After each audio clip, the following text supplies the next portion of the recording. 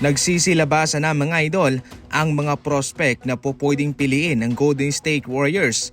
Yung una nating pinag-usapan ay yung si LeBron Pilon Jr. na isang gwardya na mala DeJounte Murray at ala Drew Holiday ang galawan. Pero ayon naman kay Tim Kawakami, binabantayan niya ang pangalang Nate Ament ng Tennessee, isang forward mga idol na magaling din pong maglaro. At heto ang kanyang komparison sa NBA ay sina Michael Porter Jr. at Jaren McDaniels. Forward ang posisyon nitong si Nate Ament. Napaka-athletic nito. Isang 6'10" wing forward, 3-and-D player itong si Nate Ament.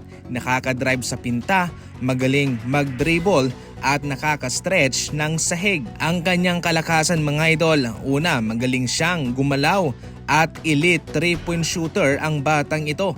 Bagay na bagay sa sistema ng Golden State Warriors mga idol.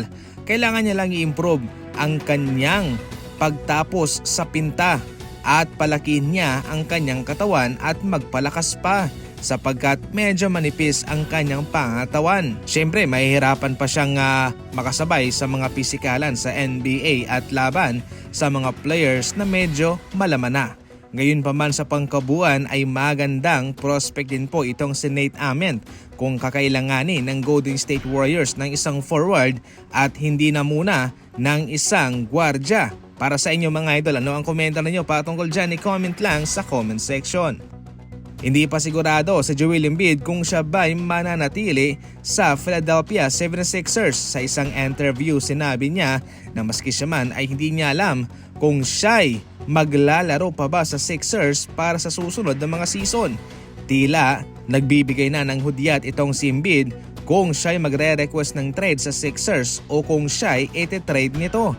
Isang malaking red flag pa rin po ang kanyang injury mga idol at sa series nga ho ito ay mayroon siyang mga ganon na naglimita sa kanya sa paglalaro. Kaya hindi pa malinaw ang kanyang status kung siya ba'y mananatili o kung mag-move on na ang Sixers sa kanya. Ipinagtanggol naman ng head coach ni Wembanyama na itong si Mitch Johnson ang kanyang ginawa kay Naz Reid mga idol. Ito raw hoy kasagutan ni Wemby sa mga pamimisikal sa kanya ng Minnesota sapagkat ito raw ho'y nakakalusot sa mga referee. Ayon pa mismo kay head coach Mitch Johnson, kung hindi raw poprotektahan ng mga referee o kung hindi raw bibigyan ng tamang tawag itong si Wemby sa mga pisikalan, ay siya na mismo ang gagawa ng aksyon. Tila hindi nga ho alam ni Wemby kung ano ang kanyang parusa, hindi niya alam kung ano ang flagrant foul mga idol at nagtanong pa siya kay Harrison Barnes kung ano ito. Isa pong malaking leksyon ang kanyang natutunan na dapat maximum tolerance at huwag magpadala sa emosyon sapagkat pwede po itong makaapekto sa buong laro katulad po sa nangyari sa kanila na natalo sa Minnesota.